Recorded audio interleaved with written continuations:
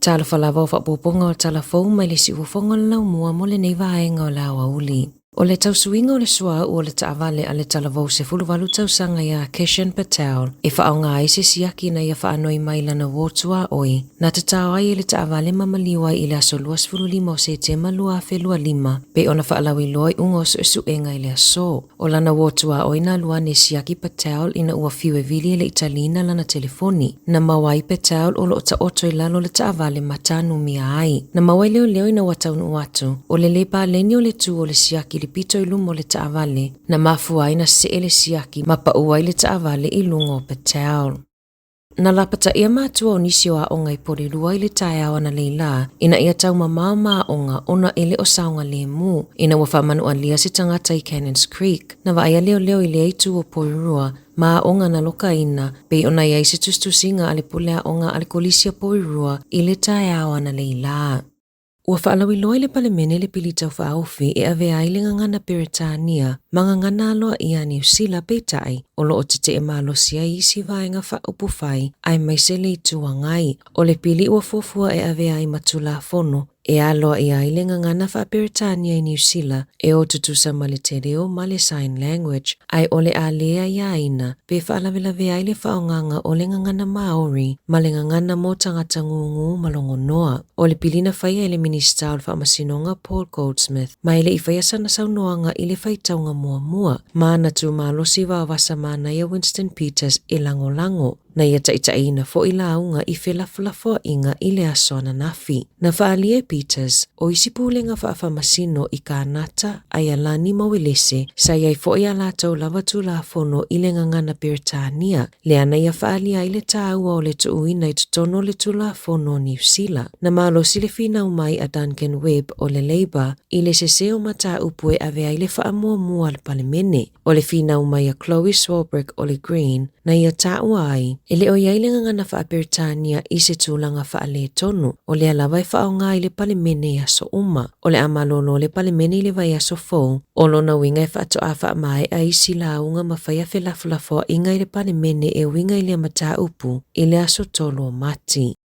Ua maua iso e ngai sili atu le vaveo na maua le awanoi wa ai ai se fo mai whaapitoa i atu no i fafo na ilo o New Zealand. O se tamaita i New Zealand na whaamaonia, e tasi lava le aso na talo sanga ai mo se fo mai whaapitoa i wharani. Ma mawai le awanoi wa ai ai le fo mai i le aso lava e tasi, pe a whaatusa i le whaama sina o lo iai i le lisi whaatalitali a New Zealand. E ui o io se turisi i wharani le ataimi, ai na vaveo na mawhaio na maua le awanoi wa ai ai le fo mai whaapitoa, ai na tutongi le awhe Tala mo na tupu. Na whaalie nisi, e le maua se awanoi wa ai ai se GP, ai na o fo mai tuma oti, e tutongi le ono se lau mo na tupu Tala mo le pili, ma le silia ma le whaama sina e whaatali ai mo se appointment. Na whaatonuina le whaipulo le Labour ia Kieran McNulty e tu ua le mauta fono le palemene ina ua ia whaasanga tau i le fofonga whetalai. Na amata whaatonunga mai le fofonga whetalai a Jerry Brownlee, whaasanga i le taitai o le New Zealand First wawasa mana ia Winston Peters, ona oniana whaamatalanga na whaasanga i le whaipulo le Greens ia te anau tui ono i le aso lulu. Sa whina wai Peters i se fesili na tuina mai i le whaipule le Green ina ua umona ia ta ua le atunu o New Zealand o Aotearoa i lana fesili au tu. Na fesili Peters, e whape feo na saule tangata mai Rarotonga sui le ingoa o le atunu o New Zealand, ai ina ua fesilingi e McNulty le fofonga whetalai e whaatatau i le fesilia Peters na Tali Brownlee na tele ilangona ina le fesili a le taitai o le New Zealand First. Na toi fesili Peters, pe whaape feo na saule tangata mai Rarotonga sui le ingoa New Zealand e au noa ma se feutanga inga ma tangata New Zealand o te anau tui ono o le Maori lalotonga ma na soifua ane New Zealand. O mati o le tausanga talua ina whaailoa ai e Brownlee o le a le toi talanoa ina ni mata upu e alia e le palemene e whaonga ai le ingoa o Aotearoa. Sa whaau i la vea Willie Jackson o le Labour le saunoanga le fofonga whetalai, ma whautua i nai e awana i toi au mai ai lunga lea mata upu peitai, na toi saunoa McNulty e whinau i le nofoa, e whaatatau lawa i le saunoanga Peters, na whaatonuina e Brownlee McNulty e tu ua le mauta fono. Na saunoa McNulty i lungo le liti o New Zealand e whaapea, o lo whaatanga lawa i le fofonga whetalai Peters, e whaia la fonga whaailonga lanu, tu ina na atua na whaatonunga i le nofoa, ma isi upu na te whaongaina e le tala whengai, ai au noa ma se whaasao pe whautuaina e Brownlee. E le ilonga na manino le lei mai pe la taina whaamalo sia le sā pe ona sā fuafua, e ave e sea le tau whaopopo pe a whaonga le pay wave, e se whe mai aitu pe a tangata whaatau. Na mawai whaamaumaunga a le Commerce Commission, e o atu ile se lau 50 miliona Tala e tutongi e tangata New Zealand i tau sangata itasi, e au fia ile 45 i le 5 miliona Tala, o tupe whaopopo po o surcharges. Whailoa le taitai o le New Zealand First wawasa mana ia Winston Peters, e le o iai se tau nuunga mo le amata upu. Sau noa le palemia Christopher Luxon, o lo oilo le leia le malo le apili toi teu, ai le iyo oilo na whaitaunga lona lua. Ta ua le taitai o le Act David C. Moore, e whaapea e lenga whatia e pisinisi lea fuafuanga. Na whesilingia Scott Simpson, o le minister fe whaataua inga mamata upu tau i tangata whaatau, peo o atu le masino me ua amata whaamamaluina lea sa i surcharges i pay wave, pei ona sa polo misi. Natalie Simpson, talosia ai tau nuu le na fuafuanga. O lau po ke si ai na avemba pule no mua na whatau atu i se tangata, a o iai ni pepa o whaamaumaunga whaalilo sa tatau na ave ese, pe ona ta ua i se iloilonga. E whaatolo na siaki ina ke si ai le i whaatau ina atu, pei ona lipotia. E si lia malelua se lau pepa na maua se ka poti o se ke si na whaatau atu ia se te mo le tau sanga taluai, i le tip shop. O le whale o loa lea na whaatau ina i mea whale mai le town hall a Wellington. Sa whai aso e ngā le pule ngā nuu pe ai se ana le ave ese ai pepa o whamatalanga ta ua, mai ia mea whale. O pepa na maua i tutonu o kesi, e mai le vao le afe iwa se lau valuvalu ma le lua afe ma le wha. Mai taimi o pule nuu Sir James Spillage, Dame Fran Wild, Mark Blumsky, ma Dame Carrie Prendergast.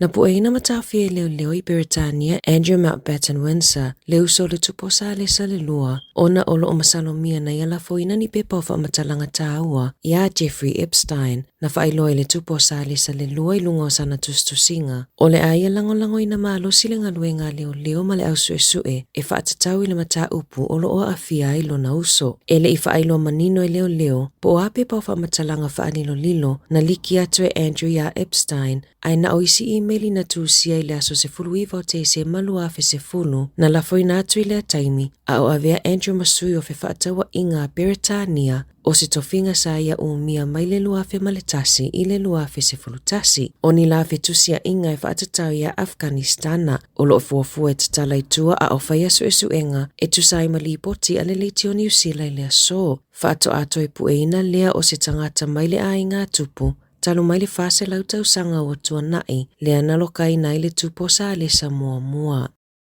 Ua toi whaalawa i tele atu i le luafe fitu whewa inga a le no foafi le vāo i kato ma au kilani. O le au nanga e whe malanga e aitangata i le vāo i tu malo e lua. O le awa uli o le asotofi, na whai ai se whanotanga ma mali li ai le ofiso whela awa inga New Zealand, ma le pule ngā nuu whai tu malo a wai kato, e whaatu mawina le whesosoani tupe a le malo i le ono se fulupa sene, mo se isi tau sanga e tasi e whaopopo, na a matawhainga malanga a le te huia i a aperila luafe tasi, mo se whaataita inga e 5 tausanga, le ana fuafua e whaamuta ia iuni o le luafe lua ono peitai, o le a whaau au pea se ia o le whaai ungo iuni luafe lua fitu, whaatasi ai ma le whaatupenga mautu e ono se fulupa sene mai le malo.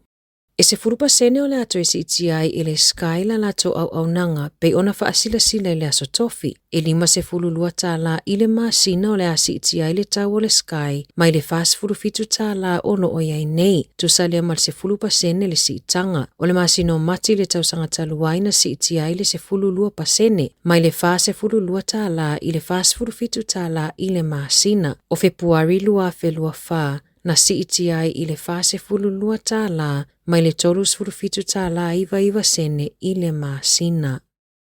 O le aso luluna whaiai se fono whaitu māloa mastone, e whaiai ni whaatala noanga ma tangata lautele, pe manatu e whaasale tau ma whaava i mata whangai Castle Point ma le Riversdale Beach i vai tau o malolonga. O le asa ili po fe mafuli i ai finangalo o tangata lautele. O se vaenga o le iloilonga masani mo le tula fono o ava malosi. Na iluma o le au fono le mata upu e sa ai le ava malosi i a mata fanga. I vai tau o le tausanga fou ma le aso malolo le leipa. O le vai aso fou e a mata iona tatala le noa e fai ai fa atala noanga. Ma tangata lautele e winga i lea mata upu.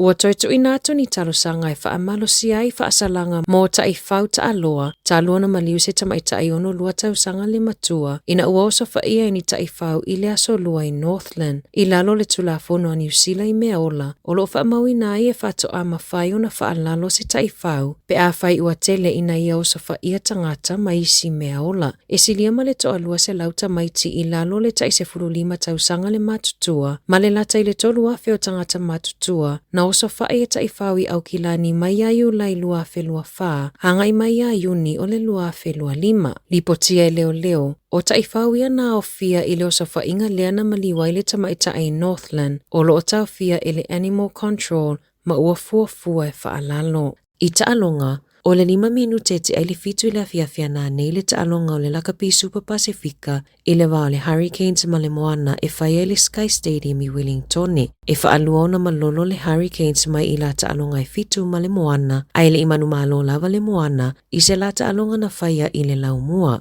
O le awa le Hurricanes ua whaailoa mai o iai Caleb Harkin, Josh Morby, Bailyn Sullivan, Jody Barrett o le kapiteni, Fehi Fineanga Nofo, Brett Cameron, Ere Enari, Braden Yose, Peter Lakai, Devin Flanders, Warner Deans, Hugo Plummer, Siale Lawaki, Asafo Aumua, Masavia Numia. O lau whaaleo o iai Jacob DeViri, Pody Rakete Stones, Tevita Mafileo, Matolu Petaia, Brad Shields, Arese Poliko, Cam Roygard, ma Billy Proctor. O le awa le moana Pasifika o iai Simon Peter Tole Afua, Israel Leota, Glenn Vaihu, Valetoi Penny, Tuna Tuitama, Patrick Pellegrini, Siosi Ngini, Dominic Robiti, Conrad Tole Afua, Semi Sipaya, Alifosio Aho, Veikoso Poloniati, Feleti Saeta Ufo'o, Samuela Moli o le kapiteni, ma Abraham Pole. O le au whaaleo o iai ma Moru Harada, Tito Tuipulotu, Lolani Faleiva, Ellen Craig, Miracle Failangi, Melanie Matavao, William Havili, Matevita Ofa. O le afiafifo ia nane le ta alonga i le vao le Waratahs ma le Fijian Drua. O le Highlanders ma le Chiefs e fetawi le te o le fitu i le afiafia tae ao. Whaapea ma le ta alonga a le Blues ma le Force. O le asosai le te o le afo le tolu i lawa uli e ta a aloa i le Crusaders ma le Brumbies. Tala fo ia mai le si ufofonga o le laumua mo le nei vaenga o le awa uli.